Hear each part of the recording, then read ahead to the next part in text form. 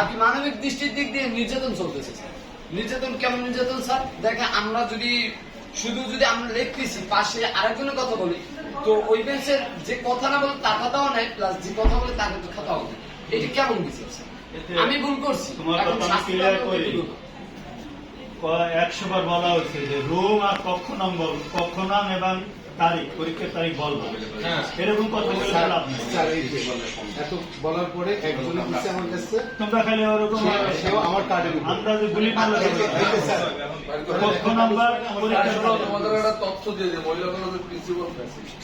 ওই তোমার খবর মহিলা কলেজের প্রিন্সিপালের সাথে আপনি মহিলা কলেজের ব্যাপারে মহিলা কলেজের আমি তো বলছি ফিজিক্যালি তোমাদের সাথে ওদের সামনে বসে ফোন দেন, তাইলে বলবে যাতে আসলে ওরা আশ্বস্ত হবে আমরা ফোন দেওয়া হয়েছে। আর যে নির্যাতনের তারিখটা এবং রুম নাম্বারটা আমি বলতে বলছি, সেটা লিখিত দিতে বলছি না।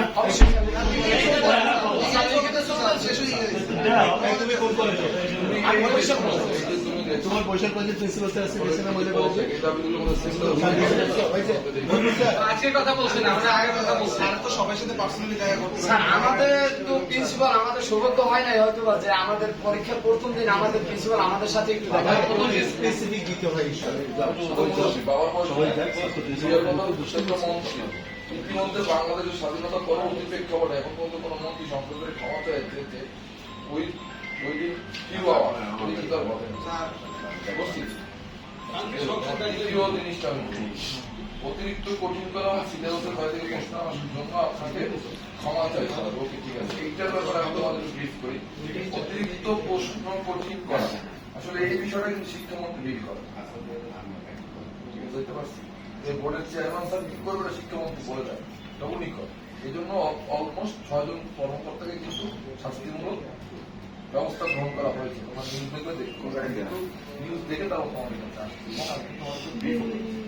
গেল প্রথম যেটা তুমি বলেছ যে শিক্ষামন্ত্রীর পদত্যাগ করতে হবে, সে যেহেতু ক্ষমা চেয়েছে তোমাদের ব্যাপারে, তোমাদের যে দাবিগুলো তার মধ্যে কিছুটা মেনে নিয়েছে, সে পদত্যাগ করবে নাকি পদে থাকবে এটা সরকারের সিদ্ধান্ত হয়।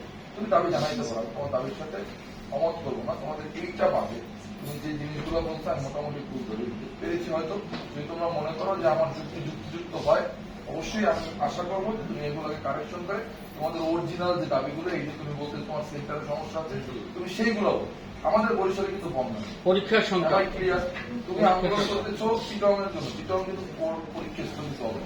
কুমিল্লার একটি মহিলা কলেজের একটি কেন্দ্রের ভিডিও ভাইরাল করা হয়েছে, যেটা নৌকা নিয়ে একটি চাওয়া হয়েছে, তাই তো?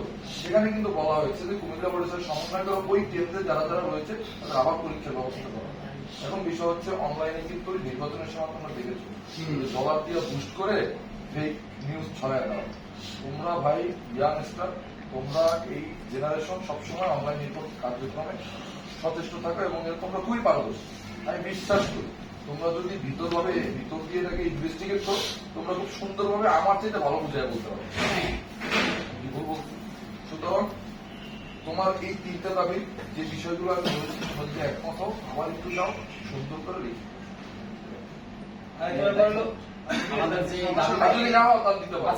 শুনুন ভাই, তোমাকে এভিডেন্স দেখাবো। এই যে আমাদের যে 3টে দাবি, এটা শুধু বরিশাল বা আমাদের 3টে কলেজ বা 4টা কলেজ মিলে দাবি, এটা অল বাংলাদেশের দাবি হচ্ছে এটা। এখন আমরা তুমি আমি তো মেনে নিছি, তুমি তো পরিষদের প্রতিনিধি, তোমরা প্রতিনিধি না।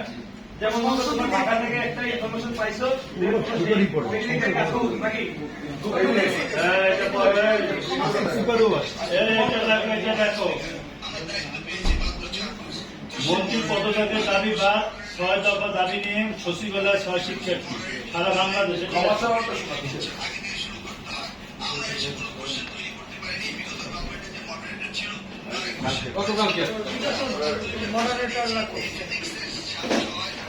ভুল হইতেই পারে, ভুল সময় আমি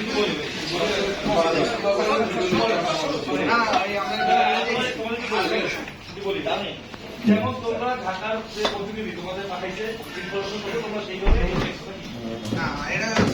পুরো বাংলাদেশে না